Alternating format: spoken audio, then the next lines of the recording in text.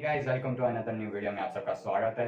तो देखो, last time हमने जब बात की थी टॉप 6 लिस्ट ऑफ एनीमे, तो हमने एक एनीमे मेंशन किया था, वो था हेल्स पैराडाइज। तो यार आज हम उसी का ही रिव्यू करेंगे। तो आई होप सबको मजा आए और देखना है, बहुत अच्छा एनीमे है। तो चलो स्टार्ट करते हैं विदाउट एनी। तो हेल्स पैराडाइज मतलब उसके बारे में बात करो तो बहुत ही ज़्यादा अच्छा एनीमे है एक्चुअली में। लाइक उसका एनिमेशन से बात करूँ तो फिर उसका जो इंट्रो साउंड है लाइक बहुत ही ज़्यादा अच्छा है। लाइक ये अगर मैं इसको एक थीम देना चाहूँ तो डार्क कह सकते हैं, डार्क फैंटेसी एक्शन और साइकोलॉजिकल थ्रिलर इसका जॉनर है। बहुत ही अच्छा है। और फिर अगर क्या कहते हैं, इंट्रो की तो बात हो चुकी है, अब उसके बाद के बारे में। सो एपिसोड स्टार्ट होता है हमारे मेन प्रोटैगनिस्ट गाबीमारू के एग्जीक्यूशन से।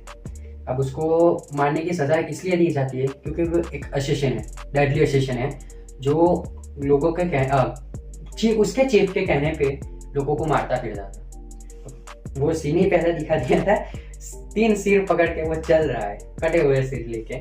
अब उसको मारने की बहुत कोशिश, अब वो बचपन से ही असेसिन की ट्रेनिंग कर रहा था, तो उसकी बॉडी एक सुपर ह्यूमन बॉडी में ट्रांसफॉर्म हो चुकी थी, तो वो इजीली मर नहीं सकता था। अब उसको उसके गला काटने की कोशिश की, बहुत सारे वार किए गए, ऐसे तलवार को घिसा भी, पर उसको इतनी सी खरोच भी नहीं, छोटा सा कट भी नहीं आया। फिर दो बुल से उसको बांध दिया गया और फिर उसको दोनों बुल्स को ऑपोजिट डायरेक्शन में भागने को मजबूर किया, पर उस तो भी कुछ नहीं हुआ और बुल्स ऊपर से गिर गए। अब उसको जिंदा जलाने की भी कोशिश की तो भी कुछ नहीं हुआ, उसकी स्किन इतनी सी भी बर्न नहीं हुई। तो अब उसको मौत से कोई डर नहीं लग रहा था उसके कहने के हिसाब से। लाइक वो ऐसा बन चुका था कि उसको अंदर से डर भी नहीं लगता था, उसको किसी की पड़ी नहीं थी, वो ऐसा दिखाता था।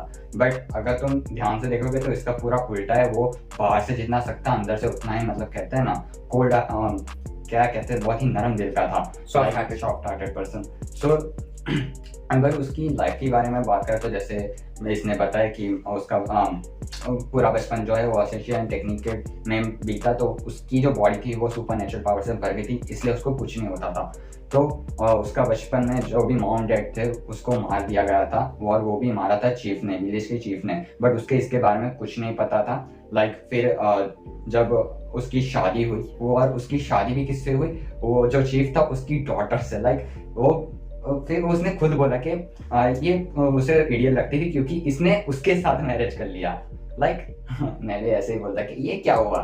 तो बट वो धीरे धीरे उससे प्यार बहुत ही ज्यादा करता था। और फिर जब असेसियन की बात आई, जो कंटिन्यू करेंगे अब वही हमारी एक फीमेल, एक दूसरे मेन कैरेक्टर आ जाती है, शागिरी। अब वो थी एक फीमेल एग्जीक्यूटर, तो उसने पहले तो ली गाबीमारू से टोटली उसकी लाइफ इंफॉर्मेशन, तो उसने अब तक क्या किया, उसकी पर्सनल लाइफ इंफॉर्मेशन और वो कुछ। उसकी वाइफ ने उसको पहले से बहुत बदल दिया था, उसको एक नए जरिए से लाइफ जीना था, पर उसने वो कह के उसने शागिर के सामने वो कभी दिखाया नहीं।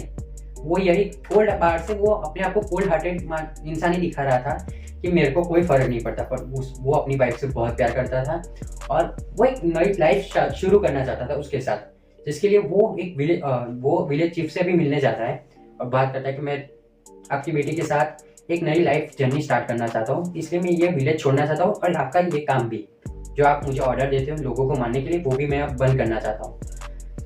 अब विलेज चीफ हो गया गुस्सा, उसने उसको मारने की कोशिश की, पर हुआ थोड़ा उल्टा ही। लाइक लाशें वहाँ बीच गई थी, गाबीमारू का कुछ नहीं हुआ।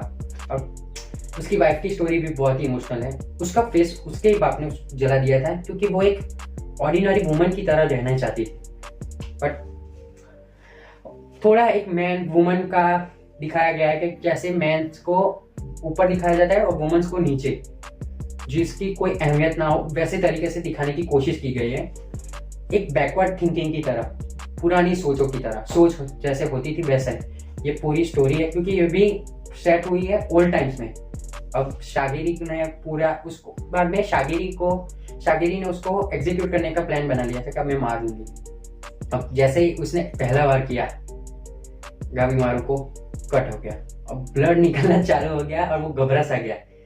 अब बाद में उसको जो बोल रहा था, क्योंकि पहले वो कॉन्फिडेंस इसलिए बोल रहा था क्योंकि उसकी सुपर ह्यूमन बॉडी थी, अब इसको मालूम था कोई मुझे मार ही नहीं पाएगा।